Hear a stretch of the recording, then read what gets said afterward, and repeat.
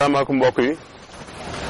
ginnaaw bu ñu sante yàlla julli ci sallallahu alayhi wasallam ñu ngi nuyu ñëpp di ñaan yàlla dool jàmm si réew mi ñu ngi nuyu aaj bu gànt ko ñaanal jabootam di nuyu Sénégal yëpp ñu ngi dellusiwaat fii seen émission Seenu Yaram ginnaaw bu ñu nuyoo suñu xarit Cheikh Mbacké Ndiaye bu Pikine di nuyu Ousmane Cissé le directeur limite de la géologie di nuyu mbokki xombal di nuyu mbokki bitim réew di nuyu ñi nga xam ne ñu ngi dundee seen wér-gu-yaram ñu ngi nuyu dëkkandoo yi aussi di waxaat nit ñi aussi ni leen léeg-léeg nit soññi ma ne ma daal dafa am ku ñu dajal mu ne yaa ko yabal yow lay jaayali garab man leen man awma ku may jaayali garab man bañ naa ko du ma yóbbante kenn garab daal ku may faj dama lay gis rek te man benn béréb laa am benn maakaan laa am muy amoon 5 Samba Ndiaye nga parcelle la Samba Ndiaye nga feneen du benn du Samba Ndiaye mii loolu da ngeen bàyyi xel bu baax a baax yónneewu ma kenn jaayloo ma kenn ay garab yónneewu ma kenn garab aussi mu jaayal ma bitim réew wala feneen même bu nit nekkee extérieur soxla ma na ma woo directement man sama faj amul intermédiaire waaw man lay waxal directement ma yónnee garab loolu daal baax na du leeral léeg-léeg ndax léeg-léeg daal nit woo leen la daal diw yow lay jaayali garab ak nee na yow lay liggéeyal ak nangam tey awma intermédiaire kon tey dañu ñëw si wàllu prostate nag nekk na benn organe ci yaramu doomu aadama boo xamante ni dafay wër li ñuy wax urètre sawukaay bi raakol boobu yi génne ndox mi moom da koy wër ndomba te it booy jëm mag di jël âge léegi dafay yokk poids dafay yokk aussi volume ba tax na nag dina dem ba benn moment mën na wër ndomba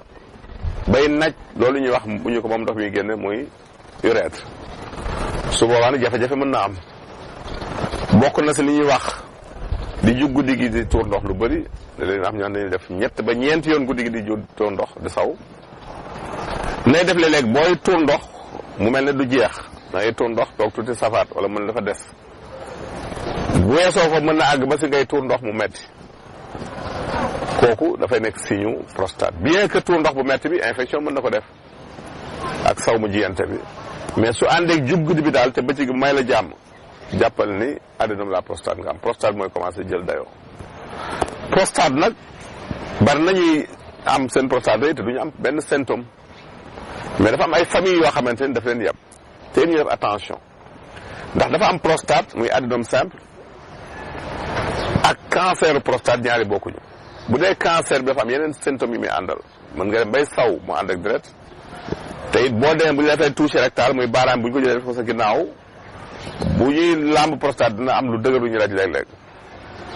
su boobaa dafay baax ñu defal la li ñuy wax PSA natt PSA bi pour xool ndax yéegul bu yéegee nag mën nañu si sonné cancer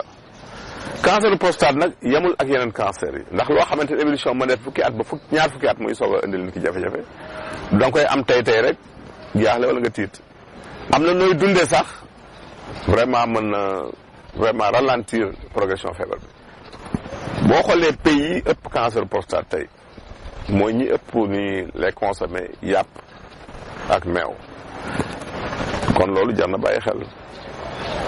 te yàpp bi wax nañu sax yàpp bi nga xam ne dañu dundalee jur gi ñax mi rek wala ngooñ mi amul benn problème mais bi ñu leen di jox yeneen lekk mooy indi jafe-jafe léeg-léeg kon loolu jar na xam adénome nag moom amul solo prostate buy rëy boo ko fajee mu wàññeeku si garab olof bari na yoo xam ne boo koy jël day wàññi sa prostate bu dul cancer daal di adénome simple tegtal yi bari nañ si yow léegi mais symptôme yooyu ma la wax daal boo ko dee santé demal si docteur mu xool la nga def d'abord échographie prostate bi jël sa PSA pour écarter cancer bu dee adénome la boo defee régime bi ñu lay wax rek wàññi gras bi wàññi produits laitiers yi meew meeg ñu mel noonu di jël suffisamment de légumes ak fruits ak crudités yàlla mën def loolu wàññeeku bu baax a baax a baax tey naan aussi ndox tey jël citron dafay prévenir cancer suukar it da nga koy wàññi ndax saa yooyu lekk suukar sa graisse mi ngi yokk kon loolu mën na xam bu baax a baax li ñu leen tegtal nag bu dee prostate boobu bokk na si d'abord boo demee marché ba ñu xar naajo bi ji woo fa ne ñu wax pépin doom yooyu ba la ñu koy sànni ñaan ko yow nga dajale ko weer ko ba mu wow nga def ko sunguf di ko jël par kudd mu ndaw genn wàll kaas ndox bu tàng boo ndekkee boo añee bare boo seeg nga naan si kàttanu yàlla dara gën ko si prostate garab gi ñuy wax le pyostigma reticulatum muy ngi gis moom defe naa ne mënoo néew na nga am garab bu prostate bu ko gën ak nebedaay ngi gis nebedaay amal si ngi gis bi juróomi reen am si nebedaay bi juróomi reen nga boole ko baaxal ko si litre ndox bu baaxee fukki minute nga denc ko di ko naan par genn wàll kaas boo ndékkee boo añee boole si kàttanu yàlla bu dee prostate bu yokk rek adénome la da nga am jàmm da nga saw normalement bëccëg gi dootul metteeti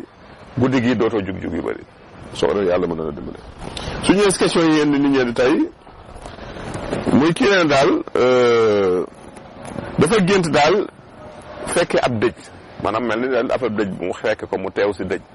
kooku moom sa am mooy yokku si kàttanu yàlla loolu lañ lay woon loolu du dara dëj moom nit ñi ragal nañ ko trop waaye nag gis ko si gént nag si anam yooyu moom du dara ñaareel bi kii neen dafa am goutte muy feebar nga xam ne bu sa acide urique yéegee moo koy indi wutal xobu avocat xob bi dafa rëy ñetti xob rek baax na si litre ndox nga baxal ko 5 minutes segg ko di ko naan par genn wàll kaas boo ndekkee boo añee boole si kàttanu yàlla léegi nga tàggoo goutte boobu du wér complètement nag moo drépano yam kenn du ko faj définitivement mais mën nañu wàññi séntu bi mag am jàmm ñu leen tàggu fii leen jox rendez-vous seen émission gërëm jërëjëf